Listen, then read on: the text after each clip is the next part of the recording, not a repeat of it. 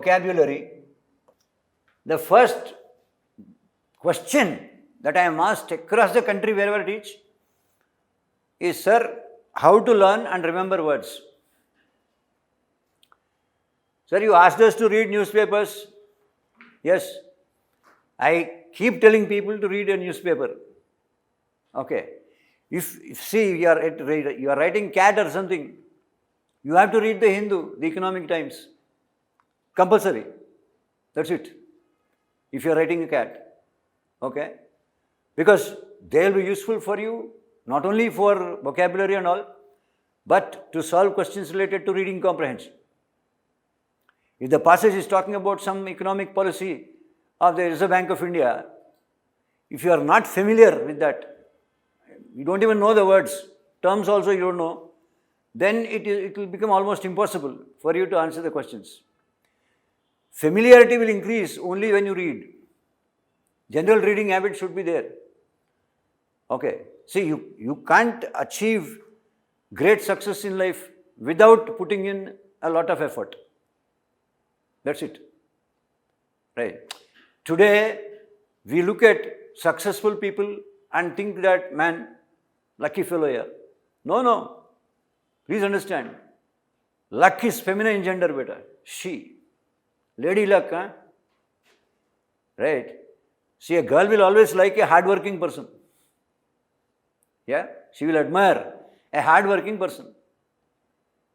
Okay? So it is not that success is a lottery thing like that. No. Right? So even to buy a lottery ticket, you need money. And to get that money, you have to work. Yes or no?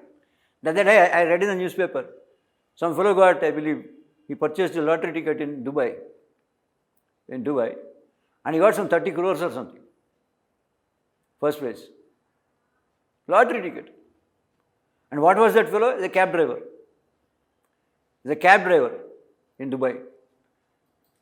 He must have been working very hard and God has shown kindness. That's all. Right. So please understand this. Learning anything is a combination, beta. It's a combination. You understand? So, sir, how to learn words? How to remember? And some of my boys and girls say, sir, every day I take up 15-20 words. I sit and mug them up. Yeah? I get them by heart. Then I sleep happily. The next day morning I get up. Nothing. My mind is fresh. Nothing. Sir, when I look at a word, it looks familiar to me. It sounds familiar. But I can't remember the meaning. See, beta, please understand, words are like faces. The more times you see a face, the better you remember. We don't make any conscious effort to remember faces. See, when you see a friend, you realize, yeah, that's my friend. Because you are very familiar with the person, with the face. You don't sit down every day and start thinking about all your friends, how they look like. Sometimes you see a person and you feel, I saw this fellow somewhere. Somewhere. Where? You keep slamming your head. Where did I see him? Where did I see him? He won't come back. You know why? Because you are not familiar with that fellow. You met him somewhere. Just for a minute, he came and asked you, beta, where is the bus stop? You told him that's where it is. He went away. Afterwards, you never saw him again. But his face is, the moment you see something or someone, it will be registered somewhere in the memory. But it does not come back because you did not meet him again and again. The same is the case with words.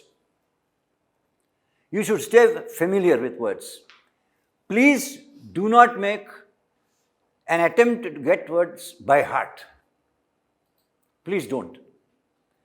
If you try to by heart mug up words, they won't stay in your mind. And you know, even when you sleep, you find only words. If you try to mug up.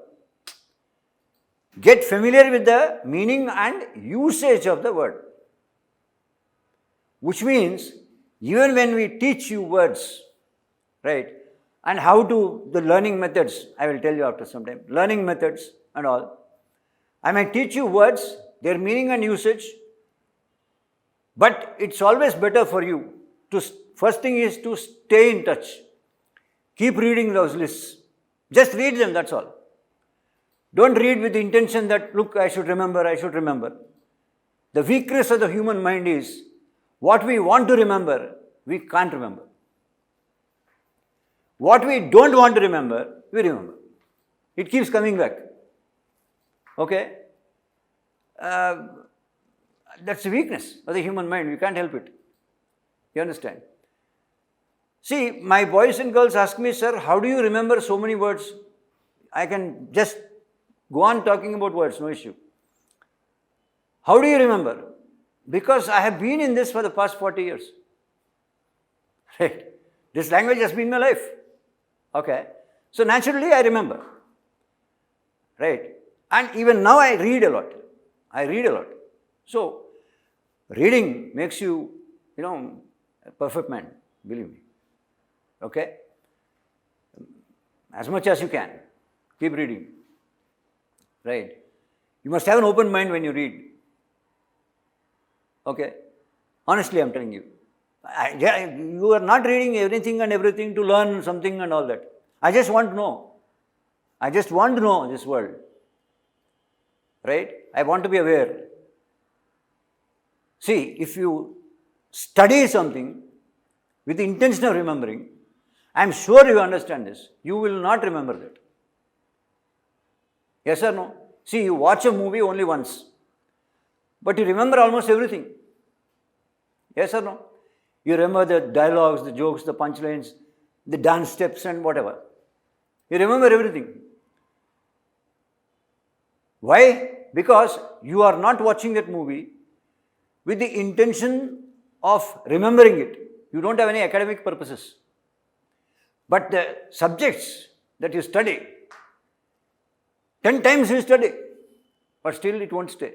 Because half your mind is on the idea, look, I must remember, my exam is approaching, I must remember. If you keep thinking, I must remember, your full mind is not in that. Only half your mind is there. Because that fear that you will forget will always be there. See, take history for example. History. What is history? It is just a long story. The story of a nation. You take world history, it's the story of the world. Sequence of events. It is just like talking about your life. Yeah? Just like talking about your life. Okay. So, if you take it that way and you just want to know things, you want to be aware, automatically the process of learning will start inside. Okay. Take any subject, right? You might have general awareness. You have to read so many things for general awareness, right? You have history, you have geography, you have science, yeah? You have all kinds of things there, current issues and all that. For current issues and all, you must be reading a newspaper, right? And if you are reading a newspaper, automatically you will come across words that you don't know. Definitely you will come across words that you don't know, you never heard of. So, when you come across, this is something that you should know. This is where I am going to start. Okay? Vocabulary. First thing is learning methods. How to learn words. How to learn words. Huh? There are different approaches to learning words. The first one is what is called grouping method. Grouping method. This is also called head-word approach. Head-word approach. See beta, by virtue of your association with this language for the past 15 or 16 years of your education. Throughout education you have English. Yeah? And one funny thing we notice is that go anywhere in the country, in any language, no one speaks in that pure language. There will be 1 or 2 English words in that. In every sentence that we talk, there will be 1 or 2 English words in it. Right? So, you know words that are in common use. Small words which are in common use, you know. Problem with this language is, words which are related in meaning, they are almost the same in meaning. Certain words are not commonly used.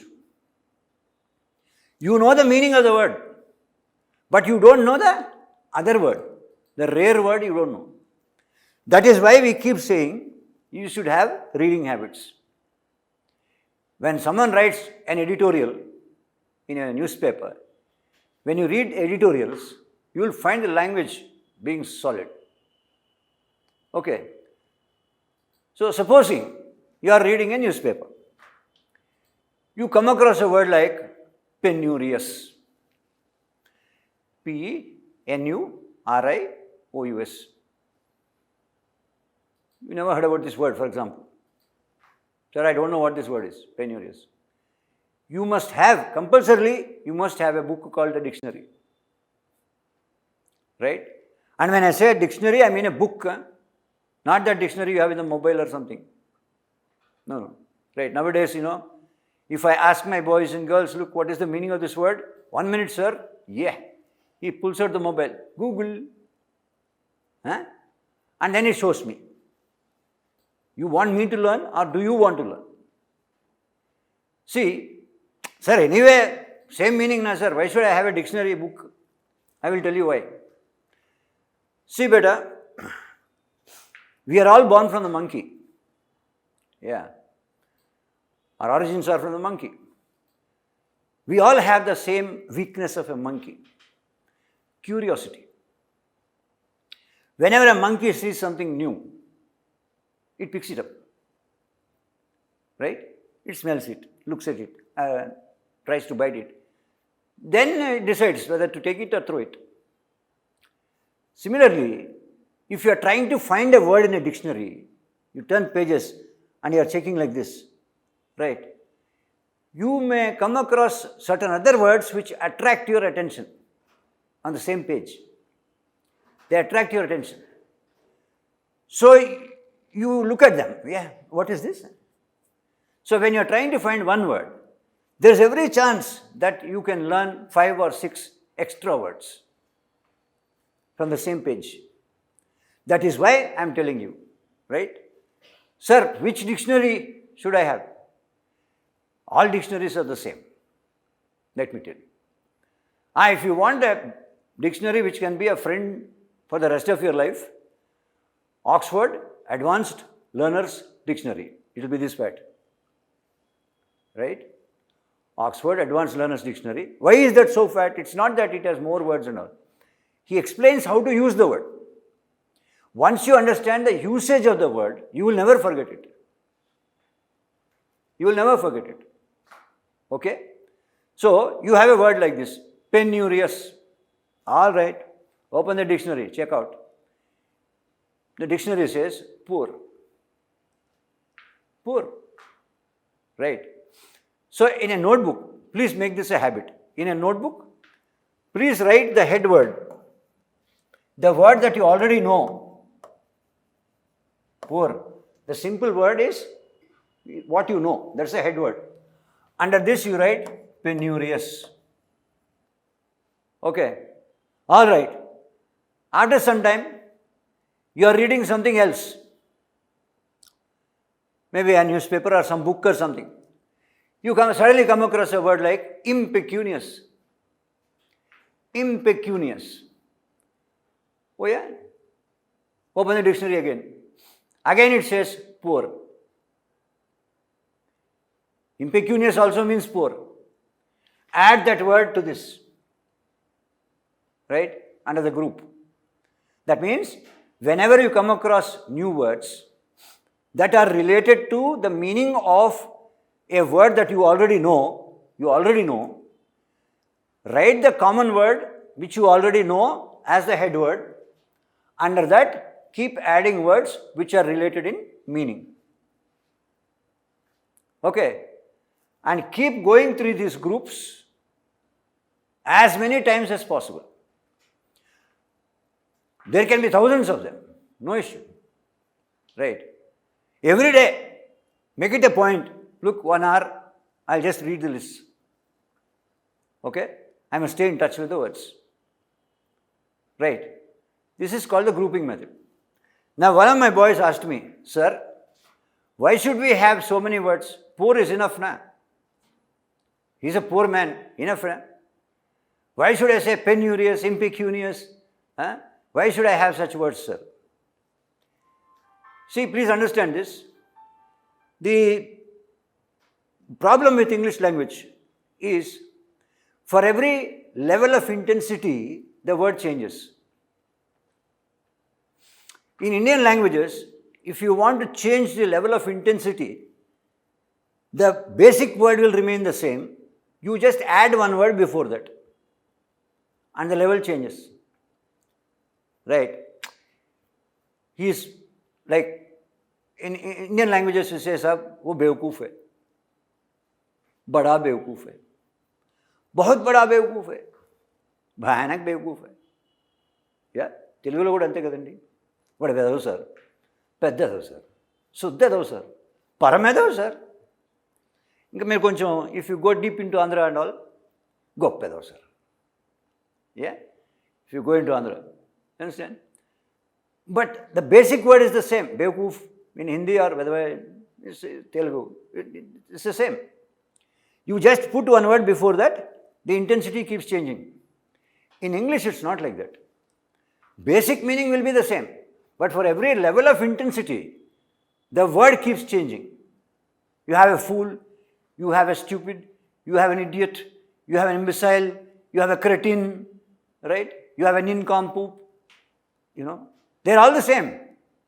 Different levels of foolishness. That's all. Words change.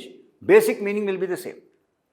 So, if you do this grouping method, right, and relate the words to the word that you already know, you'll be surprised to see all of you, I'm sure, will have a minimum word bank of about 2,000 words. Minimum. Right? Because you have been with this language for so many years till now. For about 16 years throughout your education almost. Right? Your education starts with English only, in the beginning. Right? You start with nursery rhymes and all, man, when you are a small kid. Twinkle, twinkle, little star. Right? How I wonder what you are, up above the world so high, like a diamond in the sky. From that you understand what is twinkle. Yeah? What is twinkle? Right? Then from that you keep going into words, you keep getting words which mean twinkle, shine, on and off. Right?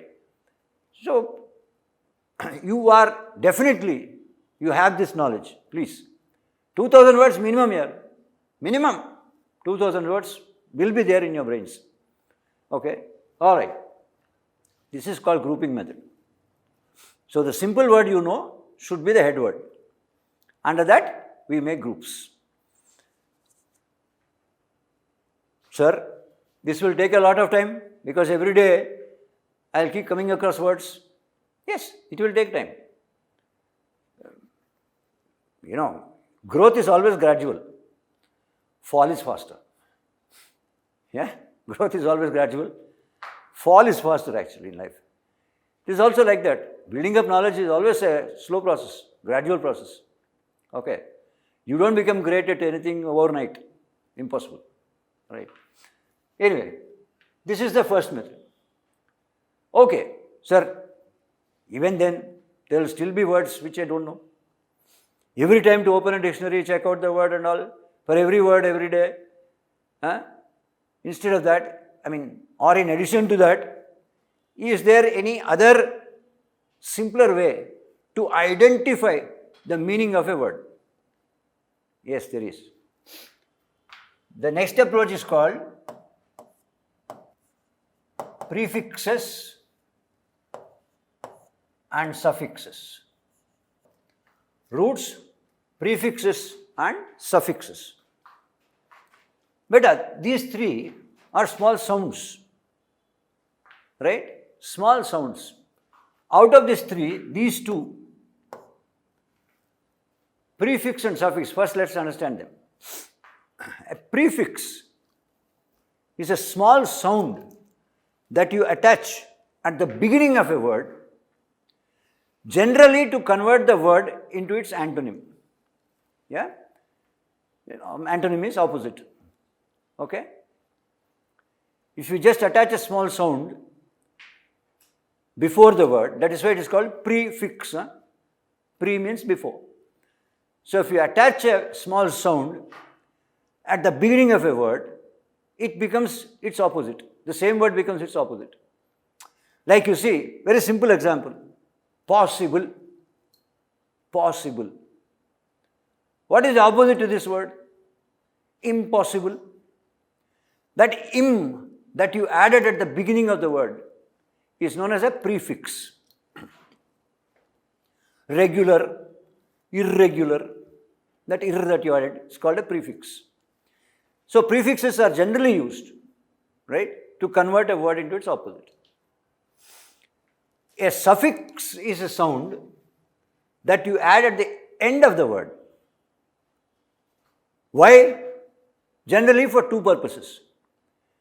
Number one, to change the part of speech of the word. If you want to change a word from one part of speech to the other, you add a sound at the end. Okay? Like we say, beautiful, adjective. I want to make it an adverb, beautifully.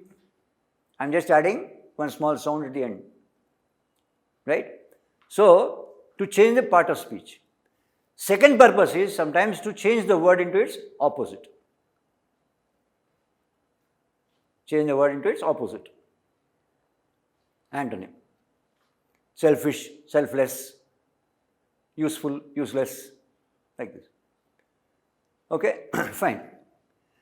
Now, prefixes and suffixes will be useful to you only when you already know the given word.